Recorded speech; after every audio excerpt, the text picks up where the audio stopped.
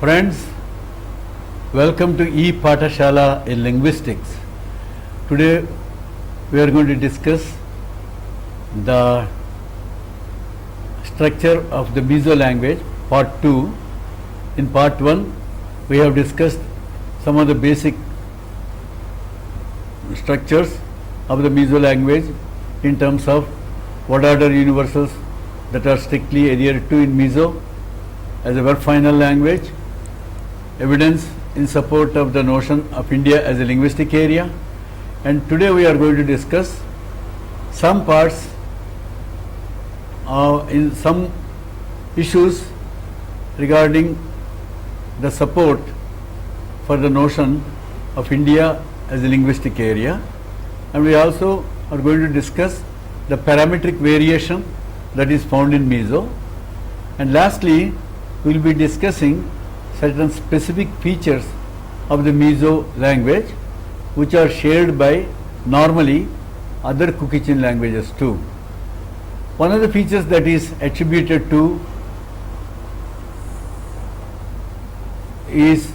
the notion of India as a linguistic area is the quotative. Quotative, as you know from the other units, that it is the form of a verb say, and it functions as a complementizer basically in almost all languages of the subcontinent except some Indo-Aryan languages such as Punjabi, Hindi and Kashmiri.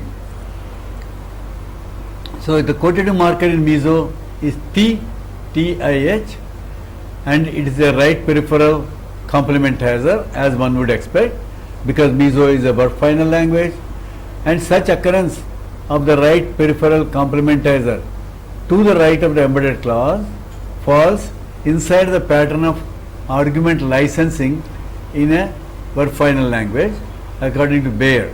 So the embedded verb in such cases when T occurs is finite, as you can see in sentence number 45. Rini said that she will visit me. Rini chu anmillo tlo ti asoi. Rini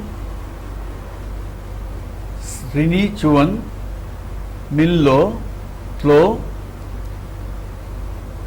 don ti asoi. Rini said that she will visit me. T, the complementizer, occurs to the right of the embedded clause. Just as in Dravidian languages, you can extrapose the embedded clause to the right of the matrix clause. In sentence number 47, you can see Naktuk chu cholni ani angti, that is the embedded clause that occurs in the direct object position of the matrix clause. The matrix clause is Zova knows, Zovan Ashia Ang. Zova will know, or Zova knows that tomorrow will be a holiday. So you have the embedded clause CP I have marked in parentheses, in brackets. So the CP occurs in the in situ position. Now let's go to the next structure where the embedded clause occurs to the right of the matrix verb. As you can see in the structure in 48, and the example is in 49. Zovan Ashia, Zova knows, Naktuka cholni ani anti. Zova knows that tomorrow will be a holiday, so your embedded clause occurs to the right of the matrix verb Ashia.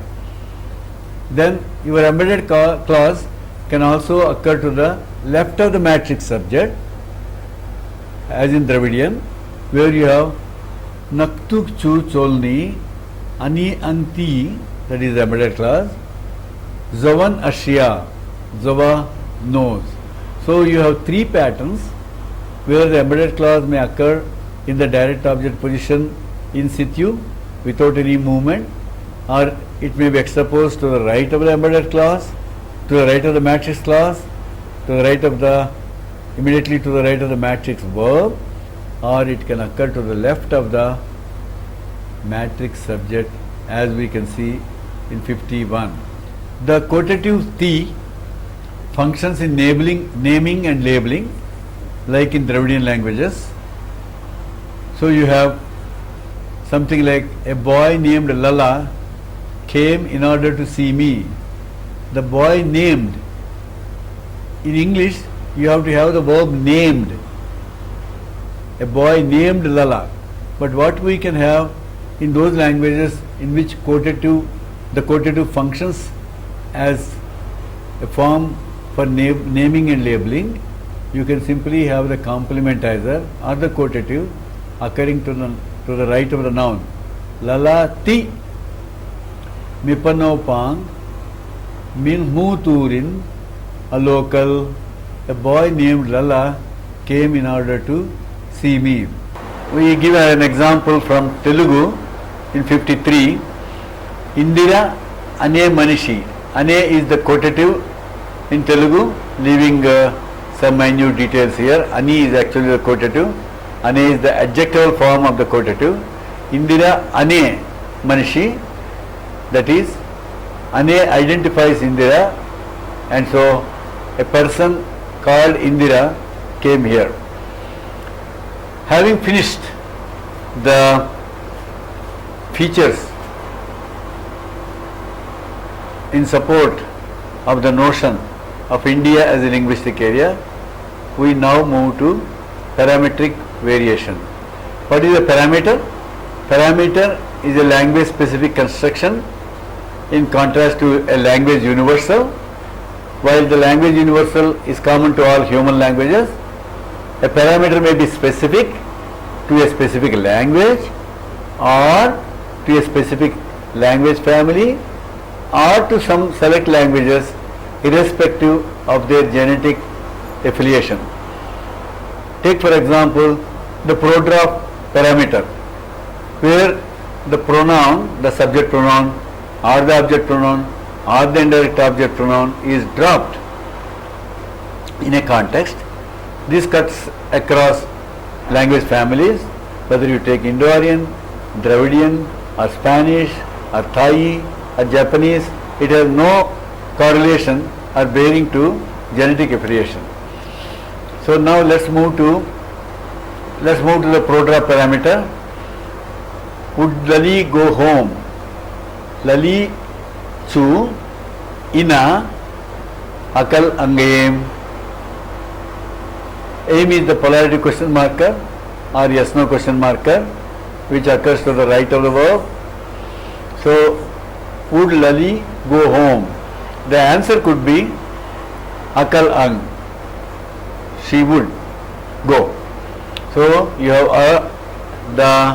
all the rest, the adverbial marker, the subject, the adverb, the subject, they are all dropped in sentence number 55.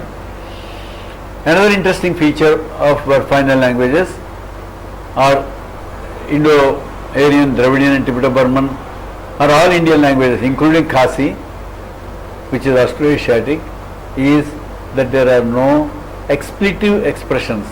For example, it is raining in Aizawl, it is an expletive or a dummy it is not meaningful, or there is a mouse on the table is the adverb, but the there that occurs in the beginning is redundant, it is just a gap filler, it occurs like the it to fill the gap, that is, it has, every sentence must have a subject, therefore it and there are occurring there as subjects. So you can see in sentence number 57, Aizola Ruwa Asur, in Aizol, rain, Ruwa, Asur, rain is falling. A corresponding example you can see in Hindi, for example, बारिश, Aizol में बारिश हो रही है. Now how do you say it is cold? In English you need a subject, it, but in Mizo you don't have a subject, avot, there is no subject at all here. Similarly it is hot, asa, there is no subject here. Now let's take the locative expletive. There you have, there is a mouse on the table. Dokan chunga sazu avom. There is no word that corresponds to the there in English, so we don't have expletive there, we don't have an expletive it in Mizo or for that matter in any Indian language. Now let us see the word order variation. Most of the Tibeto-Burman languages are not as free in permitting word order variation like Indo-Aryan or Dravidian languages.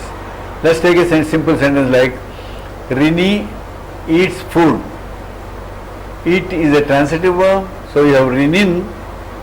So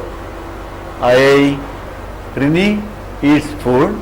Then you can also, you can move the direct object, you can front it, you can say so food, Rinin Rini eats food, the same meaning. The third one, you can move the whole verb with the agreement marker to the left, as in 63, so Rinin. The native speaker does not like normally such sentences where the verb is fronted. There is an absence of tense and person harmony in complement clauses like in all other South Asian languages. You can have the matrix verb in the past tense but the embedded verb in the future tense, as in sentence number 69. Rini said that she will come tomorrow. You have said is in the past tense, the embedded verb will come tomorrow, will come is in the future. So you have Rinin naktu ka alokal tur or dong tu asoitu. Let me read it again. Rinin naktu ka alokal tur or alokal dong tu, the word asoitu. To is past tense, tur is future tense, and there is no match tense harmony between the embedded clause and the matrix clause. Now what are the special features of Mizo? The special features, some of the features are, for example, number one, adjectives and quantifiers follow the noun that they modify. Take sentence number 70. All children, mipano pang te zong zong, is a quantifier that follows the head noun mipano pang te. So quantifiers and adjectives occur to the right of the noun. So in sentence number 71 you have Lekabu Cha, good book. Cha, good, is a finite form of the adjective, and Chat is the non-finite form of the adjective. We will discuss it later if time permits. Now let us take backward control and forward control. In sentence number 72 you have a simplex clause. Rini wants a beautiful house. Rinin, in Cha, the adjective occurs to the right of the house noun in. Adu, Rini wants a beautiful house. Zava wants to sit on the bench. So you have Zavan, Adu, that is the matrix clause. Since the matrix verb is transitive, do, you have Zava, the subject, ergative case mark. You have Zavan, Chutlenga, that is on the bench. Chut is the verb to sit. Because the verb, it is an embedded clause, to sit is minus finite, therefore you have the finite form of the verb chut. What is the finite form? The finite form is shu. We will see that later. So you have Zavan, Chutlenga, Chut Adu. Zava wants to sit on the bench. Now in backward control, what you have is Zava. In backward control, recall that the embedded subject is overtly present and the matrix subject is absent. So what is the embedded subject? Zava. But what is the embedded verb? Chu. Is chu transitive or intransitive? Chu is intransitive. Therefore, in 75, Zava the subject is nominative case marked and it cannot be ergative case marked. Zava chutlenga. Now, in backward control, the embedded verb is finite. Why? Every sentence requires a finite verb to be grammatical.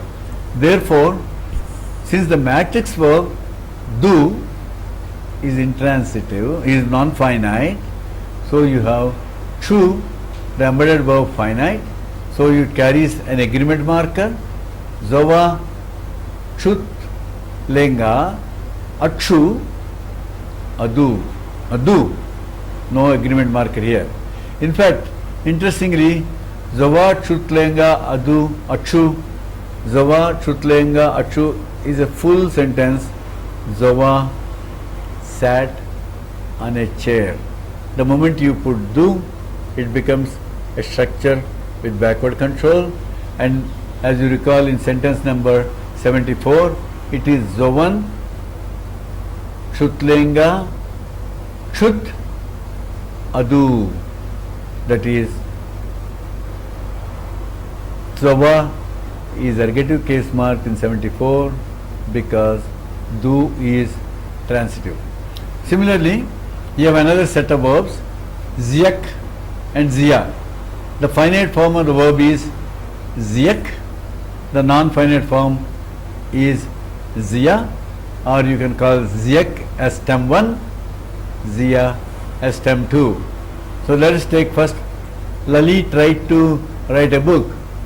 Since to write is non-finite, so you have Lalin, Lekhabu, Zia, Atum. Notice that in 76, Zia cannot carry an agreement marker because Zia is non-finite. Let's move on then to non-nominative subjects. The only non-nominative subject that Mizo and other Cook Kitchen languages have is the ergative subject. As in 77 below, Lalin, Lalachu, Akh Mangai, Lali, loves, Lala. So you have love is a transitive verb, therefore the subject is ergative case mark, and Lala is the direct object, Chu is a definite marker, Lalin, Lala, Chu, Akh Mangai, Lali loves Lala. Now, what are the features of an ergative subject? Does it have any subject features? Yes, we can see it can be an antecedent to an anaphor. In 78, Lali loves herself. Lali, Amale Ama, Ayin Mangai. What are the features of this sentence? Number 1, there is a nominal reflexive, Ama, Le, Ama. I is third person singular, Ma is an emphatic, it constitutes one chunk, Ama, and there is another Ama. These are combined by or conjoined by the conjunction Le, so you have the nominal reflexive Amale Ama. Now recall that the verb to love is Mangai. A is the third person singular marker, but you have a verbal reflexive here, Ayin Mangai. Recall that Dravidian languages such as Telugu, Tamil, Kannada and other Tibeto-Burman languages, many other Tibeto-Burman languages and Munda languages have a verbal reflexive. So Mizo too, as a Cook Kitchen language, has a verbal reflexive, and when the verbal reflexive occurs, the nominal reflexive is optional, which we have indicated in parentheses. Okay. Now Lali, Amale, Ama, Ain Mangai. Have we missed any important point? Yes, we did. What is that? Lali, the subject, should be ergative case mark because love is a transitive verb. But as we notice here, Lali is not ergative case mark. Why? The moment you have the verbal reflexive or a verbal reciprocal in the verb is detransitivized. What do we mean by that? The verb's balance goes down by 1. So love is a transitive verb. Because of in, the balance goes down by 1. So Mangai becomes intransitive. As a result, Lali, the subject, cannot be ergative case mark. Another interesting feature which we can talk about is that the verbal reflexive or reciprocal functions like a detransidizer. Let us take some example. Take the verb such as open or close. Open in English can be either transitive or intransitive. The door opened, the door closed. There is only one argument in the sentence. So the door opened, the door closed is intransitive. The verb is intransitive. I opened the door. The same open functions like a transitive verb, and I is the subject, open, door is the direct object. So open can take 2 arguments. I close the door, close can take 2 arguments. But how does a language such as Mizo or Dravidian languages except Malayalam manifest this phenomenon? What they do, they use the verbal reflexive or a reciprocal as a detransitivizing device.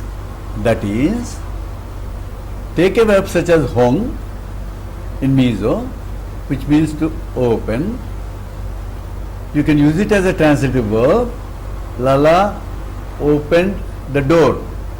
Lalan konkar a home. A home, A is third singular because Lala is in third singular, and hong is open. A home opened. Who opened? Lala. Since the verb is transitive, it should be, the subject should be ergative case mark. So you have Lalan konkar door a home. Now, can this verbal reflexive, by the way, in Mizo the verbal reflexive and reciprocal are homophonous. It is in. So can in occur with hong and make it a detransitive verb? That is, open as a detransitive verb. Let's see that. Konkar, I in home. Konkar means door. I is third singular. In is your detransitivizer. Hong is the verb to open. By adding in to the verb hong, you have detransitivized it. So the door open can have only one argument. Since it is an intransitive verb, there is no question of any ergative marker occurring there. Another feature. Now we come back to the features of a non-nominative subject. We just mentioned that a non-nominative subject can be an antecedent to an anaphor. The anaphor may be either a reflexive or a reciprocal. Now we are going to see as a controller for pro in a non-finite clause. Lali wants to cut some trees in the forest. Lalin adu. Lali wants. Why? Do is transitive. Therefore, Lali is ergative case mark. So you have the matrix subject Lalin adu. Now, what is the embedded subject? To cut some trees in the forest. What is the subject of to cut to the verb? What is the subject of the non-finite verb to cut? It is a big pro. So you can see in 79, Lalin pro Rama thing eng emo Thing eng mo, thing is tree, eng mo is some. Ki, ki is cut. Notice that we have marked by in the parentheses as minus finite. Why it is minus finite? Because to cut is minus finite, though you have to have ki. So Lalin, Rama, Thing eng mo, ki, adu. The finite form of the verb ki is kit. Let us see if we have an example with ki. Yeah. Lali went to the forest to cut some trees. Lali went to the forest to cut some trees. Now the embedded, who went to the forest? Lali. What is the subject of the embedded verb? To cut? Again Lali. So you have Lali, Rama, Thing eng mo, Kit, Turin, Akal. Lali went to the forest to cut some trees. You can see the verb, the finite form of the verb occurring here.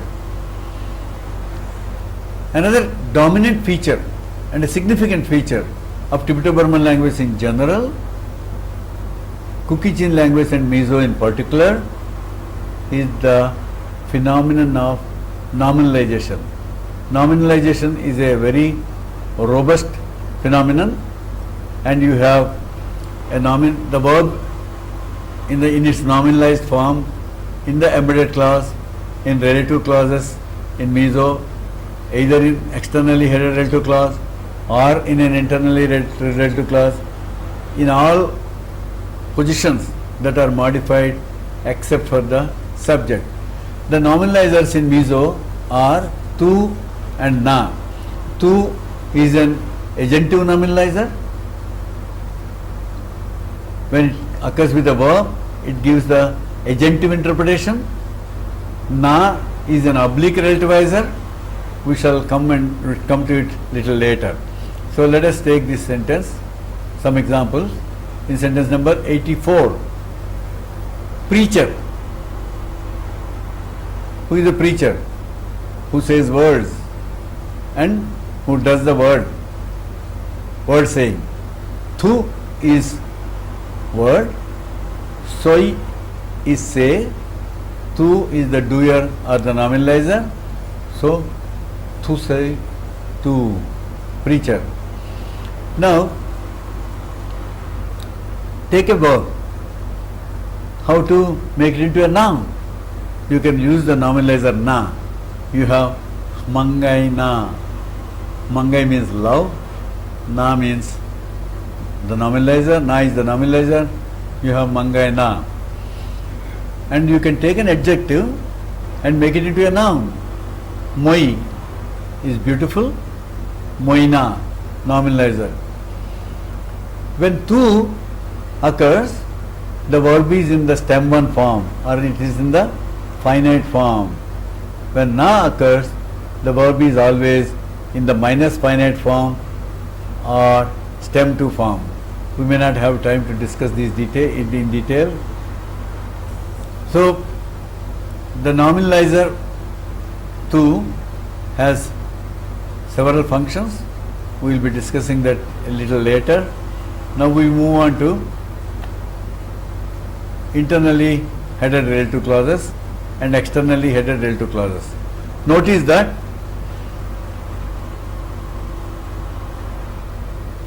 Indo-Aryan languages, Dravidian languages, Munda languages, Austroasiatic languages, they all have one form of the relative clause which is called the externally headed relative clause, but Tibeto-Burman languages and all Kuki-Chin languages have internally headed relative clause where the head of the embedded relative clause is overtly present.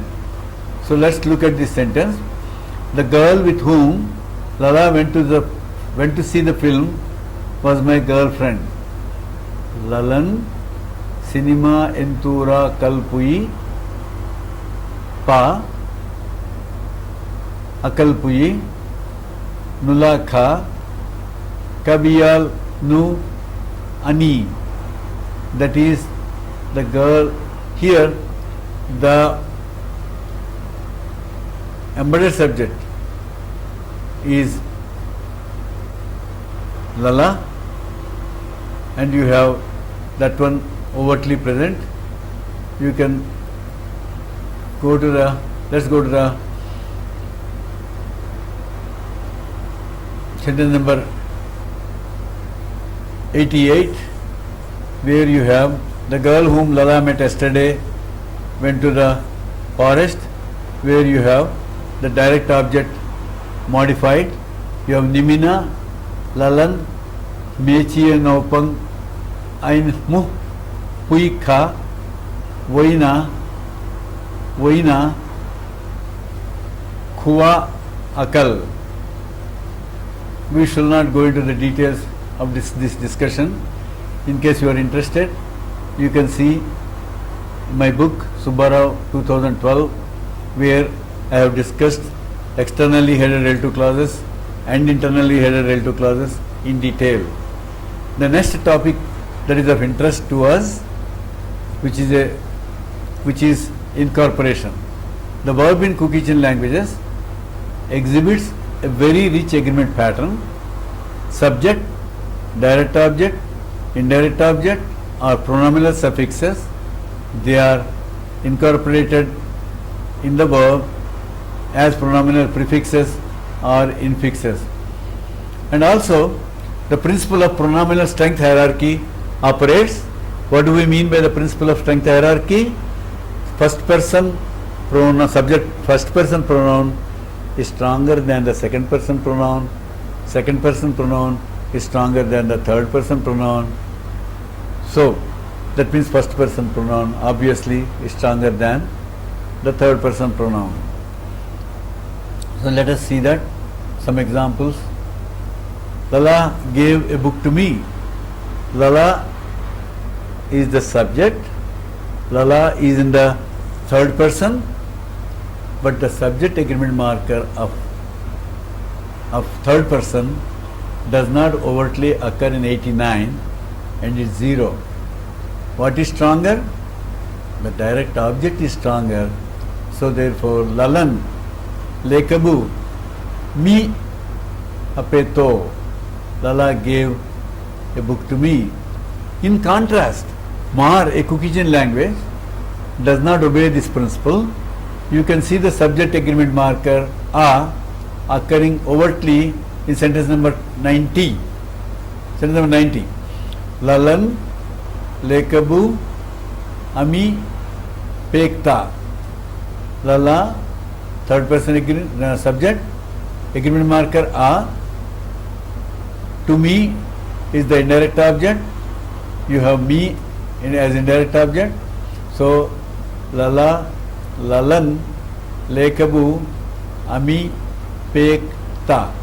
What we notice in 89 is the indirect object marker me is stronger than the subject. So is the case with the direct object also. That first person direct object is stronger than the third person indirect object. The third person subject, sorry.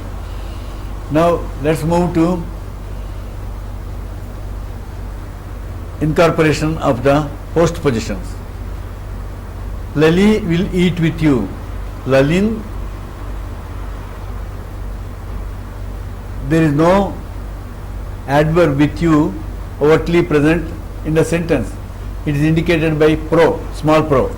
So Lali, a, third person singular, a, eat, pui, with occurs as a verbal postposition.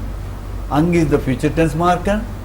Che is the second person singular marker, where second person pronominal agreement marker occurs in the verb as che. So we can call it as a pronominal clitic for the sake of convenience. So Lalin, Ae, Pui, Ang che. So the verb with the preposition or postposition with is incorporated in the verb as pui. Lali will eat with me. Another example. Lalin min ei puyang. Again pui is incorporated in the verb as with. Mizo and other Cook-Kitchen languages have a very rich adverb incorporation. You can see in sentence number 93, Lali is always late. Lali chu atlai zia. Zia means always. Always occurs to the right of the verb. So you can say Lali chu atlai zia. Zia occurs as a verbal adverb in the verb. How can we prove it further? Lali will always be late. I can put the future tense marker to the right of Zia. Lali chu atlai Zia ang. The ang is a future tense marker. A is a third person agreement marker. Tla is an adjective. Adjectives and adverbs are, there is no difference between adjectives and adverbs in Mizo, and always is an adverb. So you have Lali, Atlai, Zia in sentence number 93. Let us take another adverb, Sak. This horse runs very fast. Sak is fast. You can see in 94, He, Sakor, he, that is this horse. There is he and he. These are what I call split determiners. So you have he, sakor, he. The first he can be dropped. I can simply say sakor, he. Sakor, he. Atlan, sak. That is, a is third person singular. Tlan is run. Sak is fast. Fast occurs as a verbal adverb. Then you can have an adverb such as certainly incorporated in the verb. You can see 95. I'll just read the verbal part. Akal gay ang. Will certainly go. Certainly is gay and it occurs to the right of the verb. In 96 you have another example where reng occurs to the right of the verb. Khre reng. Remember, always remembers or knows. Now what are negative polarity items? Negative polarity items require the presence of a negative for the sentence to be grammatical, and the negative must see command the negative polarity item. Okay, let us look at some negative polarity items. Negative polarity items are in Mizo are la, yet, reng reng, at all, engma, anything, tang yal, even, etc. All these are incorporated in the verb, and you can have a sentence such as 100. Lali does not know anything about this matter yet. So, Lali does not know anything about this matter yet. The verb yet is incorporated in the verb as la, and anything of course occurs as a separate morpheme, as a free morpheme. It is not incorporated in the verb. Lalin, he, tu, he, engma, anything, ala, she, lo. So lo is the negative, and this lo C commands the negative polarity item la. You have ala, she, lo. When a negative polarity item occurs, either a negative should occur or a question, a polarity question can occur. For example, you can take a polarity question such as, do you know anybody with the name Lala? For anybody to be legitimate, to be licensed, I have to have either a negative in the sentence or a polarity question marker or an yes/no question marker. Same is the case in Mizo. Lala ti ming pu tu po me person Ishia aim. Do you know anybody like Lala? Notice that T here is a quotative occurring in naming and labeling in 101, which we have just discussed a little while ago. The other negative polarity item I have given here is at all, ring. The girls didn't like this at all. Let's take the verb at all. You have un, soi, love, ring. Oh, I'm sorry, this should be the girls did not tell this thing at all. Un, soi, love, ring, did not tell anything at all. Now let me move to the last part. There are many other features, but we don't have time. So what we do now is we will discuss the reflexives and reciprocals. As I mentioned to you earlier, like in Dravidian languages except Malayalam, Tibeto-Burman languages, most of them have a verbal reflexive and a verbal reciprocal and a nominal reflexive and a nominal reciprocal. So Kuki-Chin languages have a nominal reflexive, have a nominal reciprocal and a verbal reflexive and a verbal reciprocal. When the verbal reflexive occurs, the occurrence of the nominal reflexive, the occurrence of the nominal reflexive or reciprocal is optional. We can see some sentences here. First, the nominal reflexive forms are kei ma le kei ma. I, myself. Kei is I, ma is self or emphatic marker, le is and, kei is I, ma is self or an emphatic marker, kei ma le kei, kei ma. Nang is you, nang ma le nang ma, you yourself. Ama le ama, he himself. So let's take some examples now. Lali loves Lala.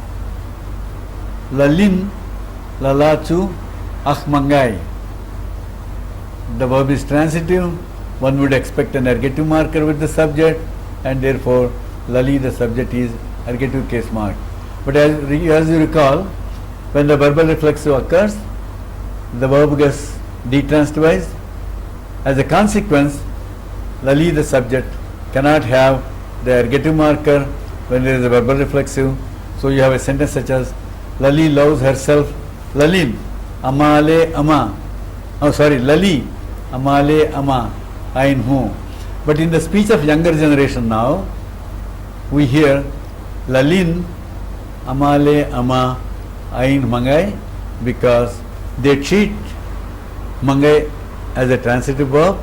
They ignore the fact that in is a detransitivizer, and this is what is called the phenomenon of rule generalization. Because of rule generalization, Lali, the subject, who should not be ergative case marked, gets ergative case marked in the speech of younger generation as Lalin Ain Mangai. There is a verbal reciprocal also. It is homophonous with the verbal reflexive. Let's take a sentence such as Lali and Rini love each other. Lali le Rini, Anmani le Anmani, An in Mangai. Anmani le Anmani is a verbal reciprocal, but it could also be themselves. So this sentence is ambiguous. It means Lali and Rini love each other, or Lali and Rini love themselves. You have also a reciprocal which is a dual marker in Mizo. Kimi and Rini love each other. Kimi le Rini chu, no ergative marker because in is there as a verbal reciprocal. In sentence number 121, Kimi le Rini chu, an in mangai ton. The ton is again a verbal reciprocal which is optional, which can occur only when the subject is dual. Mizo is a split ergative marker. I mentioned it to you, and we have talked about incorporation of postpositions in the verb, and